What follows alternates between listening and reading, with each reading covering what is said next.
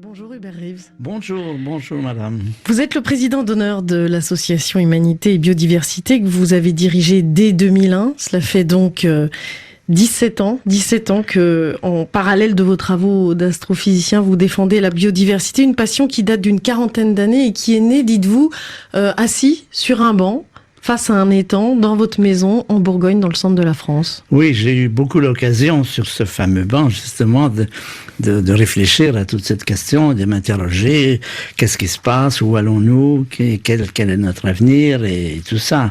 C'est des préoccupations. J'ai des enfants et des petits-enfants, et je suis inquiet de savoir quel sera l'état de cette planète dans 50 ans. Moi, dans 50 ans, je ne serai plus, sans doute. Mais eux, il y en a qui ont 3-4 ans. Ils ont toutes les chances. Mais qu'est-ce qu'ils vont trouver comme planète? On ne peut pas répondre à cette question parce que l'avenir est inconnu. Mais il faut faire en sorte, il faut essayer de faire tout ce qu'on peut pour qu'elle reste habitable et agréable. Parce que vous dites que même au niveau de votre petit étang, vous avez vu des changements. Ah oui, tout à fait. C'est une maison de campagne que nous avons en Bourgogne depuis une quarantaine d'années. Et effectivement, je me souviens quand on est arrivé, il y avait beaucoup d'hirondelles qui tournaient le soir autour de cet étang. Maintenant, quand je vois une hirondelle, j'ai de la chance. Nous avons un arbre à papillons. C'est un arbre que les papillons adorent. Eh bien, quand nous sommes arrivés, il y avait 10 variétés de papillons qui tournaient autour par les belles journées d'été quand il faisait chaud. Maintenant, on en a un ou deux. On le voit devant nous. On voyait beaucoup de libellules, on voyait beaucoup d'éléments. On l'a vu sous nos yeux et tout le monde, je pense, a pu constater, s'il a un certain âge, que c'est à l'échelle de notre vie que les transformations se font et que les transformations se font généralement, pas toujours, mais généralement dans un mauvais sens, plutôt une détérioration qu'une amélioration. Alors dans votre documentaire, il y a plusieurs spécialistes qui démontrent à quel point les liens entre les êtres vivants sont intimes. Je vous propose d'en avoir un aperçu avec quelqu'un que vous aimez beaucoup, je crois, qui s'appelle le botaniste Francis Allais. Il nous parle du langage des arbres. Très bien. Un acacia attaqué par une gazelle, en 20 secondes, il devient toxique. Ça, c'est déjà quelque chose d'étonnant, cette transformation biochimique fulgurante. Mais le plus étonnant, c'est que l'acacia attaqué, devenu toxique, prévient les autres acacias qui deviennent toxiques à leur tour. Il les prévient à l'aide d'un message gazeux qui descend le vent. Et donc, voilà, c'est une constatation qui a lancé une problématique maintenant très riche et qui continue à être très nouvelle, la communication entre les arbres. On s'en est aperçu dans les années 90 avec cet exemple de l'acacia et des gazelles d'Afrique du Sud. Mais maintenant, on s'aperçoit que les arbres communiquent entre eux. Il n'y a pas besoin d'aller jusqu'en Afrique du Sud. C'est pareil chez nous. Alors, ils communiquent par voie aérienne, comme dans le cas de l'acacia. Ils peuvent aussi communiquer par voie souterraine, par des soudures de racines, ou par ces extraordinaires champignons qui les relient les uns aux autres et qui entrent en symbiose avec leurs racines. Les arbres, vous voyez, ont des quantités de manières de communiquer les uns avec les autres. Le botaniste Francis Allais dans C'est pas du vent sur RFI. Hubert Reeves, donc les arbres communiquent entre eux par l'air et sous terre. Oui, ça c'est une chose dont on prend conscience, c'est que on a toujours considéré dans le passé que les humains c'était ce qu'il y avait de mieux et que les animaux on doit les asservir, les mettre à notre service. On s'aperçoit aujourd'hui que cette attitude dominatrice de l'humanité est une attitude qui amène à la catastrophe.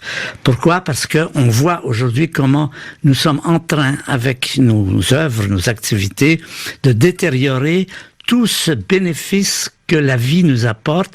Par exemple, les vers de terre, les abeilles, c'est des choses, on se rend compte que ça nous est essentiel. Si on élimine les vers de terre, on stérilise les sols. Si on stérilise les sols, on n'a plus de nourriture. Donc nous sommes dépendants de toute une partie de la nature qu'on a détériorée allègrement pour le profit à court terme, justement.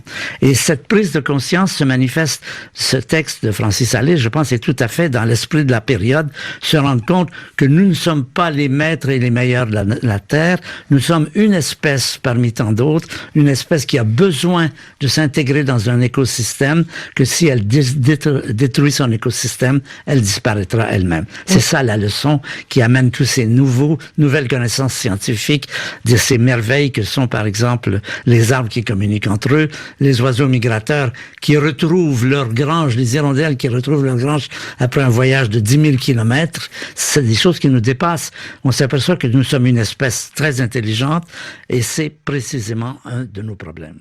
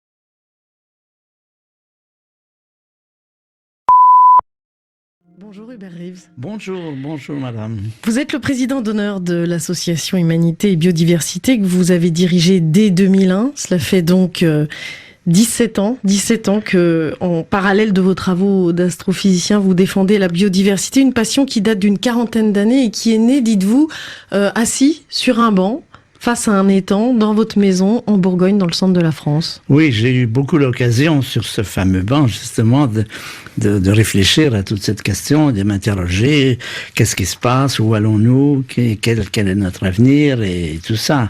C'est des préoccupations. J'ai des enfants et des petits-enfants, et je suis inquiet de savoir quel sera l'état de cette planète dans 50 ans. Moi, dans 50 ans, je ne serai plus, sans doute. Mais eux, il y en a qui ont 3-4 ans. Ils ont toutes les chances. Mais qu'est-ce qu'ils vont trouver comme planète? On ne peut pas répondre à cette question parce que l'avenir est inconnu. Mais il faut faire en sorte, il faut essayer de faire tout ce qu'on peut pour qu'elle reste habitable et agréable. Parce que vous dites que même au niveau de votre petit étang, vous avez vu des changements. Ah oui, tout à fait. C'est une maison de campagne que nous avons en Bourgogne depuis une quarantaine d'années. Et effectivement, je me souviens quand on est arrivé, il y avait beaucoup d'hirondelles qui tournaient le soir autour de cet étang. Maintenant, quand je vois une hirondelle, j'ai de la chance. Nous avons un arbre à papillons. C'est un arbre que les papillons adorent. Eh bien, quand nous sommes arrivés, il y avait 10 variétés de papillons qui tournaient autour par les belles journées d'été, quand il faisait chaud. Maintenant, on en a un ou deux. On le voit devant nous. On voyait beaucoup de libellules, on voyait beaucoup d'éléments. On l'a vu sous nos yeux et tout le monde, je pense, a pu constater, s'il a un certain âge, que c'est à l'échelle de notre vie que les transformations se font et que les transformations se font généralement, pas toujours, mais généralement dans un mauvais sens, plutôt une détérioration qu'une amélioration. Alors dans votre documentaire, il y a plusieurs spécialistes qui démontrent à quel point les liens entre les êtres vivants sont intimes. Je vous propose d'en avoir un aperçu avec quelqu'un que vous aimez beaucoup, je crois, qui s'appelle le botaniste Francis Allais. Il nous parle du langage des arbres. Très bien. Un acacia attaqué par une gazelle, en 20 secondes, il devient toxique. Ça, c'est déjà quelque chose d'étonnant, cette transformation biochimique fulgurante. Mais le plus étonnant, c'est que l'acacia attaqué, devenu toxique, prévient les autres acacias qui deviennent toxiques à leur tour. Il les prévient à l'aide d'un message gazeux qui descend le vent.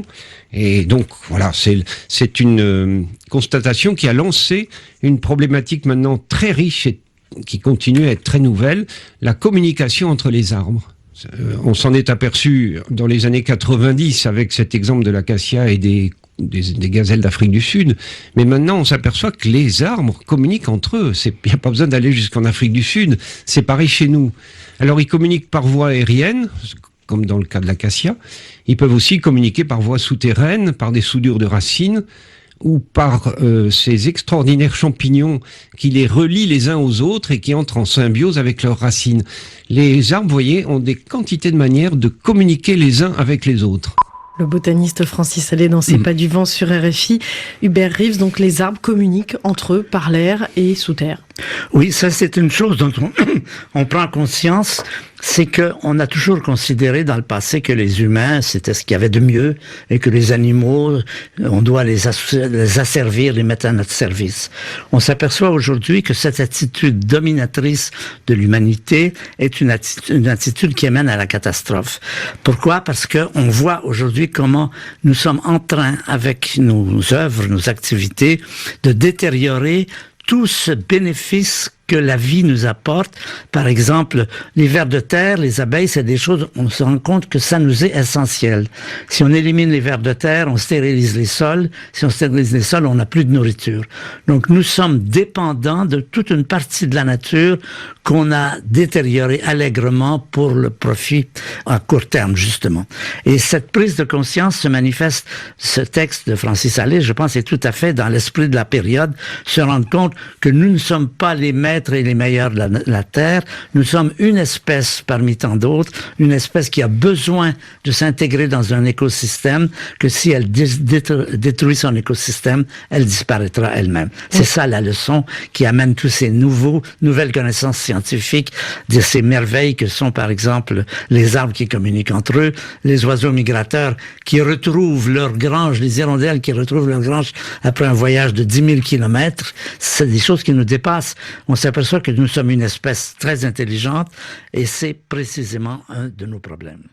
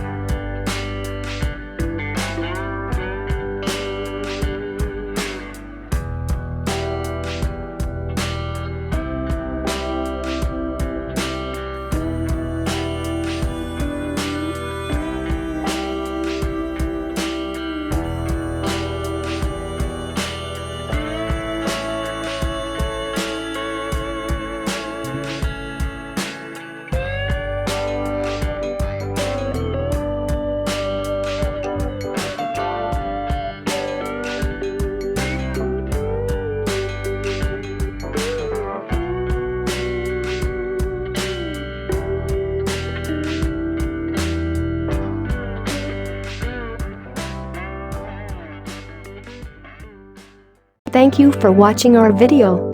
Like and subscribe our channel for more amazing videos.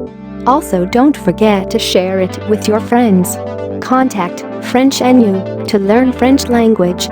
We provide online classes for DELF preparation, TEF preparation, academic course preparation for kids, and accent improvement. Call or WhatsApp at 987069696 or email at linguistic.fr@gmail.com.